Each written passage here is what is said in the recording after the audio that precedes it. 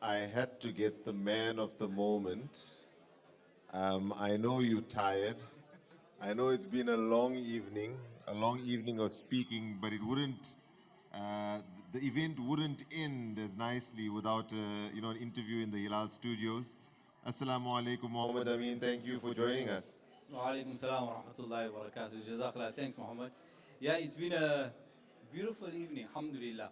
Um, Durban weather is quite a change. I actually got a shock, As I was sitting here, I was busy catching up on social media, and it's actually something quite funny because one of these influencers put out a tweet to say, okay, what would you say to yourself if you met yourself 10 days ago? Right. Normally it's like a 5 years or 10 years or whatever. And the guy asked, like, what would you say to yourself 10 days ago? And I was like, carry warm clothes to Durban. It's going to be cold. Yeah, I think sure we could speak for a lot longer on that. I think Durban's definitely had an effect, or global warming's definitely had an effect on Durban. But on this dreary, rainy afternoon and evening, to have seen the gems that we saw tonight in terms of Muslim business, but what I loved more seeing in the room is the connections. Is everyone collaborating, supporting, congratulating each other? So, really, that was for me one of the biggest positives I saw. What are some things you picked up in the room, Mohammed Amin?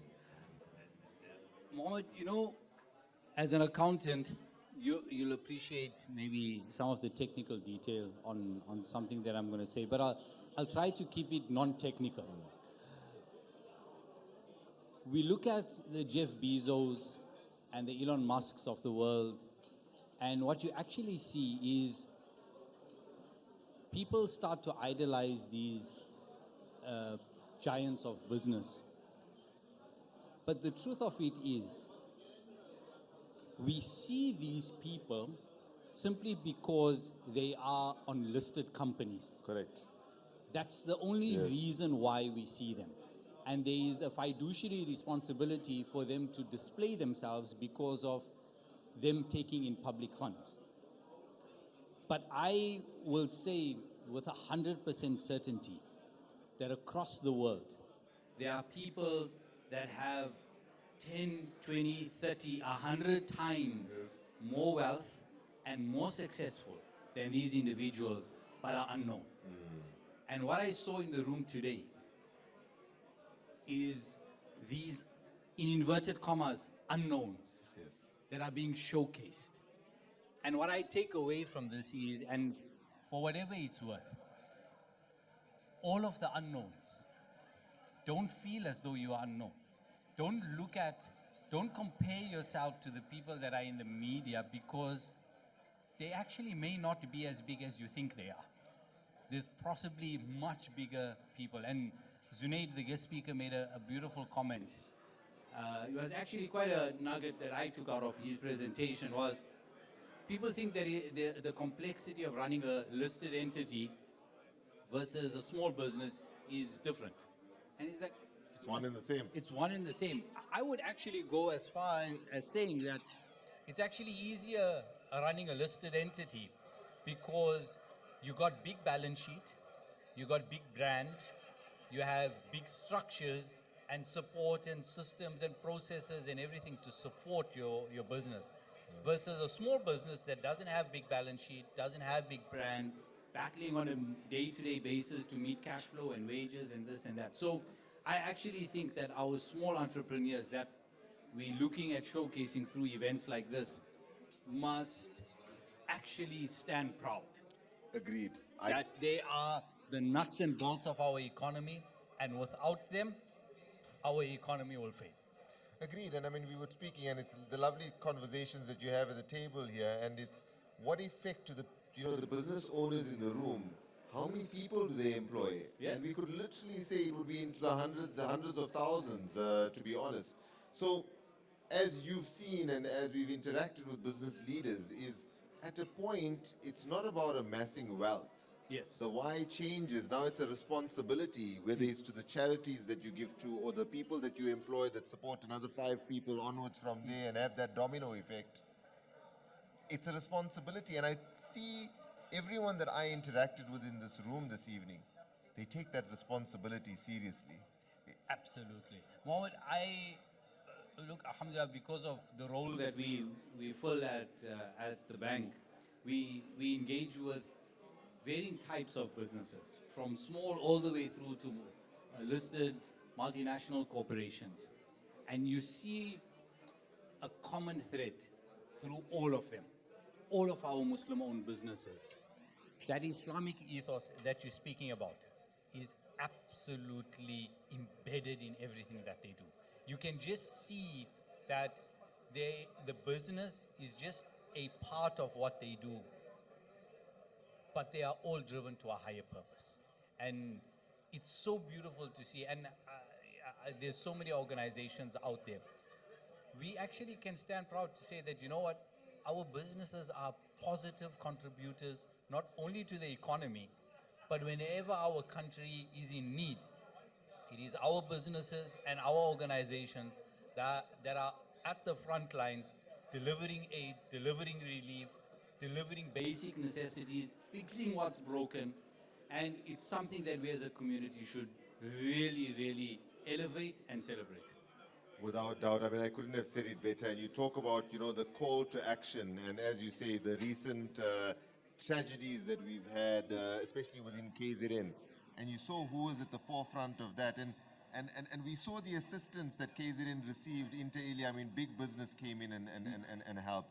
But also, I mean, cross-border, I mean, mobilizations were happening with business people across the border, across the provincial borders, whether there were flights coming in with foodstuffs or baby supplies or trucks being driven down and guarded. I mean, that call to action happens quickly. And what happens, and you've experienced it, is it's just a few phone calls, but it's us holding hands. And I believe that as a community, we've become better and better at that over the last few decades. Yes. In terms of holding hands, collaborating, supporting one another. Absolutely. Look, we possibly part of the same generation, right? And to your point, I remember growing up, there were certain things that our community were grappling with.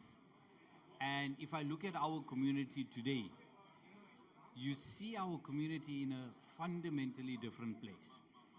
And it's actually really encouraging to see that the idea of unity is actually starting to become palpable in our community.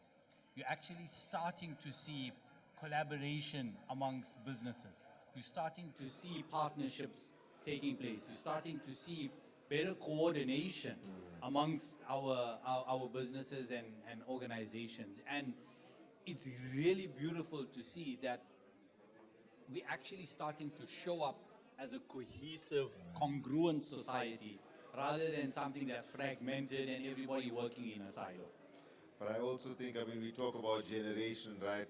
The one thing that I believe that we could do better, inshallah, as a generation, is the great work that our forefathers did. Absolutely. And you look at some of those community builder awards and the fantastic work that those people have done. Those are decades of work that have gone in. And I just, inshallah, in my own way, would like to aspire and tell our generation that we need to do more in kind of giving back. Absolutely. Mohammed, we were at the IMA a couple of weeks back, right, together. And at the IMA, there's this image that is stuck in my head. And my father attended the dinner, and there was this thought that was continuously playing in my head. And the thought was, I don't know if I can do what these old Balis did. I'm speaking colloquially, right? Yes. But in my head, that's how the thought was processing, that I don't think we will be able to. And my fear, one of the fears that I have, is I don't think we'll be able to. Inshallah we do. Inshallah we do. But I think there's a lesson that we need to take. We need to start receiving the batons. Yes. We need to put them into retirement, not in a bad way. I mean, we need to acknowledge that they are aging. The vanguard of our society that have put the infrastructure in place for us. We need to recognize that they are aging, and what that means is there's a lesson for us. We need to now extract the wisdom from them. We need to extract the guidance, the advice, the experience, but we need to recognize that we need to start carrying the baton. And it's something very, very deep that many of us may not have realized as yet, but I think it's time that our generation reach that realization that we need to actually become the baton holders. So I think, I mean, it's all about keeping each other accountable, and if we can keep each other accountable, inshallah, in our small way, Inshallah. and then extend that to, you know, our colleagues. I think we have, alhamdulillah, a decent network, and we extend that to our colleagues and just to get involved, number one, learn, most importantly, from those who came before us, but also introduce that freshness, the innovation, the better way of doing things, inshallah. If there's a more effective and efficient way, and we can introduce that, inshallah. On a parting note, you and Standard Bank have been involved for a number of years with Minara, and I've seen that relationship grow and grow. From the time of your involvement, how have you seen this evolution? Mohammed, I think the evolution comes through in different respects, right? We started to get involved with Minara around 2017, and we started partnering with them because we saw the benefit in showcasing the small business and the entrepreneur and the societal impact that these individuals have on our community. We had the break then in COVID, and I think that's the comment really that I made in some of the remarks on stage earlier on this evening, is that I think what COVID actually gave us, it gave us time to introspect. Yes. It gave us time to think. Time to think of, you know, and Islam teaches us that we must make muhasabah. We must take account of ourselves, not only of ourselves, but the organizations that we participate in, etc. And alhamdulillah, I think those that have been attending the event over the past few years, if you see how the event has showed up this year, is materially and fundamentally different to how things were done at all. So it's actually nice to see that there's grace in the change, and there's grace in the evolution of how the chamber is doing things. You're seeing even the categories of the awards, the caliber of individuals that are coming through the system, and inshallah we'll grow and we'll get better. Ameen, Jazakallah, thank you so much on behalf of Hilaal TV, on behalf of Minara, on behalf of the community.